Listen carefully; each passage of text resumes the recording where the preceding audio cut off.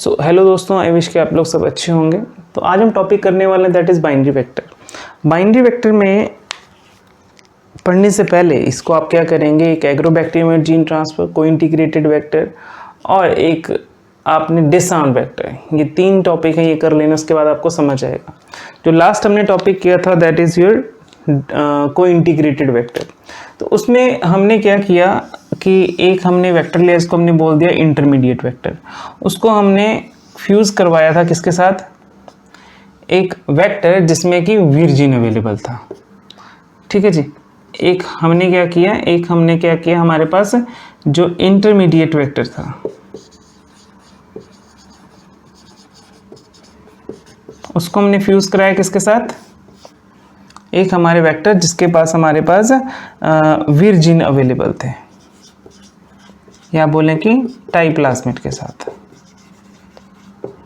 जो कि modified one था, जिसको हमने डिसआर्म्ड वेक्टर बोला गया था, डिसआर्म्ड वेक्टर।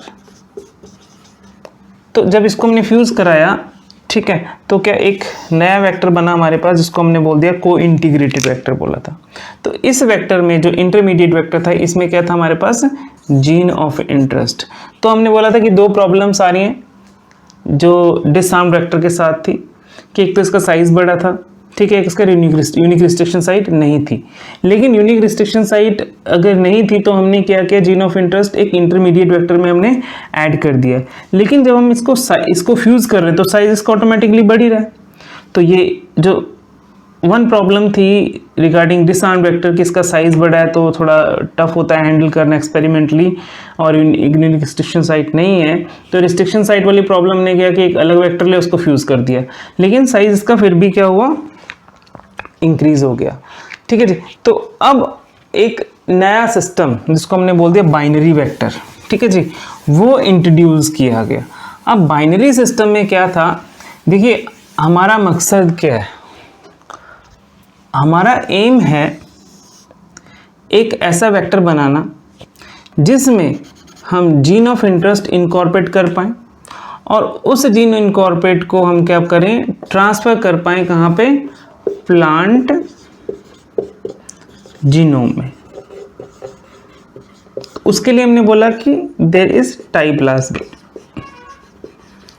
और टाई प्लाज्मिड में क्या है, दो चीजें हैं। देखो टाई प्लाज्मिड जो कि बहुत इंपॉर्टेंट है, एक तो है टीडीएनए, क्योंकि ये टीडीएनए क्या होता है, ये पार्ट ट्रांसफर होता है from bacterial plasmid to plant genome. दूसरा है विरजिन, विर रीजन या विरजिन बोल लीजिए जीन्स। तो ये विर जीन्स क्या हैं, ये हेल्प करते हैं transfer of this TDNA from the bacterial plasmid, इसको हमने टाई प्लाज्मिड बोल दिया, from the bacterial Ti plasmid to the plant cell genome. Okay, और बैक्टीरिया हमने क्या बोला यहाँ पे, एग्रोबैक्टीरियम मेडिएटेड जीन ट्रांसफर। तो अगर हमको यही दो चीजें चाहिए तो क्या करा साइंटिस्ट ने कि इन दो चीजों को कंसिडरेशन करके, है ना, इन दिनों जो कंसिडरेशन करके एक नया सिस्टम बनाया, उसको बाइनरी सिस्टम बोल दिया। अब बाइनरी सिस्टम में क्या था कि दो स्मॉल टू वेक्टर्स लिए गए, two vectors, one vector is provide TDNA, another vector will provide a विर रीजन, और विर आप इसको विर जीन्स भी बोल सकते हो, ठीक है जी, विर जीन्स प्रोवाइड करते हैं। अब जो टीडीएनए है, टीडीएनए का जैसे हमने बोला कि क्या प्रॉपर्टी होती है, कैसे आप रिकॉग्नाइज करोगे, कि इसका एक होगा हमारे पास, थोड़ा अच्छा डायग्राम बना लेते हैं।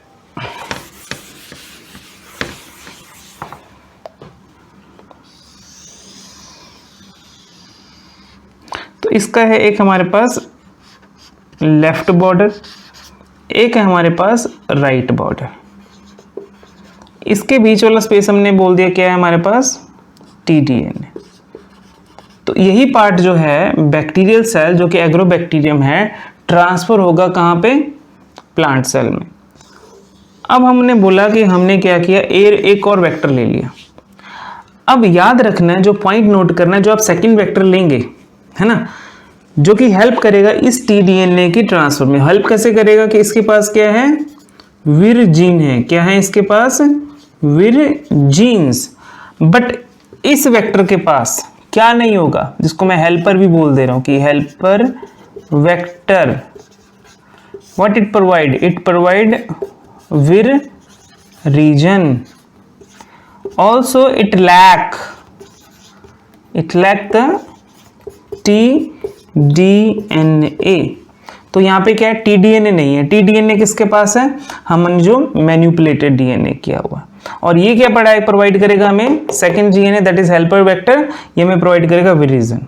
ठीक है, तो एक ट्रांसफॉर्म में हमें मिल रही है कि इसके पास जो वेक्टर है, इसके पास कौन क्या नहीं है, इसके पास वीर रीजन नहीं है। ठीक है जी, it doesn't have vir region, not present.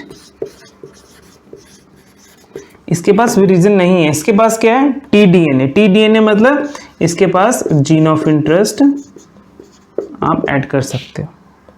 दूसरा, इस टीडीएनए को ट्रांसफर करना है प्लांट सेल में, उसके लिए हमें क्या चाहिए, वीर जीन्स चाहिए, वीर प्रोटीन चाहिए। वो कौन दे रहा है, वो अदर वेक्टर्स को हमने हेल्पिंग वेक्टर बोल दिया। इस हेल्पिंग वेक्टर में क्या है, टीडीएनए नहीं है। ठीक है, तो इसको हमने बोल दिया बाइनरी वेक्टर। तो अब हमने एक एग्जांपल ली है, that is p green 110000। So this is a kind of plasmid where, this is a kind of plasmid which can be act as a carrier of gene of interest. यह इसके पास left border, यह इसके पास right border, और in between क्या है, lac Z gene. ठीक है, तो जैसे मैंने आपको पहले बताया था कि अगर आपको रिकॉग्निशन करनी हो कि टीडीएनए पार्ट कौन सा है, तो हम बोलते हैं कि कौन सा पार्ट होगा, जो कि फ्लैंक होगा, किसके फ्लैंकिंग होगा, राइट बॉर्डर और लेफ्ट बॉर्डर के। अब ये लैक जेड जीन हो गया। अब इस लैक जेड जीन में क्या है, जैसे एक हमने प्रॉब्लम पढ़ी थी डिसआर्म्ड वेक्टर में कि इसमें कोई यूनिक रिस्ट्रिक्शन साइट नहीं है, तो हमने बोला कि लैक जेड में क्या है, अप्रोक्सीमेटली 18 यूनिक रिस्ट्रिक्शन साइट्स हैं। ठीक है, तो आप अपना जीन ऑफ इंटरेस्ट यहाँ इजीली ऐड कर सकते हैं। ठीक है, और ऑल्सो जो ये लैक जेड जीन है, ये हेल्प करेगा सिलेक्शन में भी। कैसे, ब्लू वाइट सिलेक्शन, लिंक मैं डाल दूंगा इसके लिए इन कमेंट बॉक्स। ठीक है जी, उसके बाद अब बात करेंगे इसके ओरिजिन ऑफ रेप्लिकेशन के पास। अब इसमें दो ओरिजिन रेप्लिकेशन है, एक तो है कोल E1ORI, जो कि ये मैंने हाईलाइट इस तरह से किया हुआ है। ये क्या करेगा, it will help in replication in E coli cell. कौन से बोला मैंने, ई कोलाई सेल। और ये जो है, ये हेल्प करेगा रेप्लिकेशन में, दैट इज PSAORI, एग्रोबैक्टीरियम।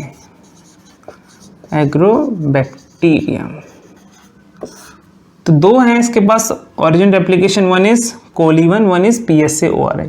तो ये हेल्प करेगा रेप्लिकेशन में एग्रोबैक्टीरियम में, और ये हेल्प करेगा कोल-E1 में। और ये जो है, ये भी हेल्प करेगा in the selection. It also act as a marker gene.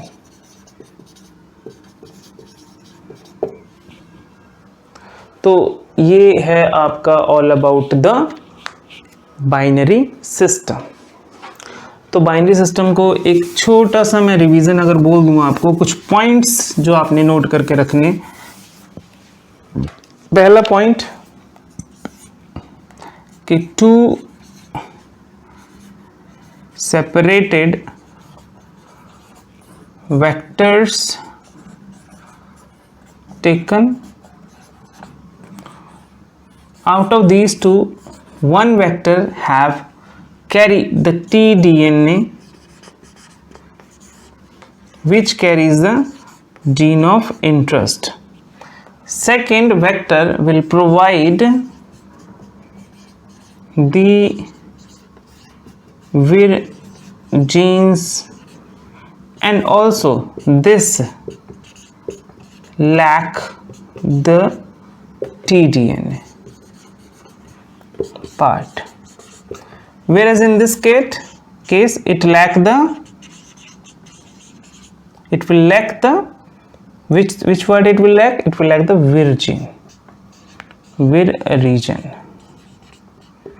Okay, and these are small in size and easy. You can see here 3304 KB, so the size is less, so it can be used as a binary vector which carries a laxer gene for the carrying gene of interest, as it is a unique restriction site, small in size. तो I wish कि आपको समझ आया होगा. तो thank you so much. अगर कोई question है आप तो डिस्क्रिप्शन में ऐड कर सकते, कमेंट में ऐड कर सकते हैं. Okay, so thank you, have a nice time.